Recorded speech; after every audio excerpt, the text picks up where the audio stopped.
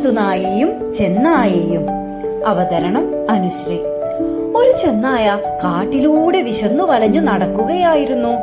അപ്പോഴാണ് ഒരു വളർത്തുനായ ആ വഴി വന്നത്. നീ തടിച്ചു കൊഴുത്ത് സുന്ദരനായിരിക്കുന്നല്ലോ, എവിടെ നിന്നാണ് നിനക്ക് ഭക്ഷണം ലഭിക്കുന്നത്? ചെന്നായ ചോദിച്ചു. ജോലിയെടുത്താൽ നിനക്കും ഭക്ഷണം ലഭിക്കും, എന്റെ കൂടെ വരാൻ തയ്യാറാണോ? വളർത്തുനായ ചോദിച്ചു. തീർച്ചയായും, പട്ടിണി കിടന്നു ചാവുന്നതിലും നല്ലതല്ലേ പണിയെടുക്കുന്നത്? ചെന്നായ നായയുടെ കൂടെ യാത്രയായി.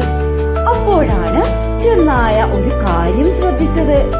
വളർത്തുനായയുടെ കഴുത്തിന് ചുറ്റും ഒരു വലിയ അടയാളം.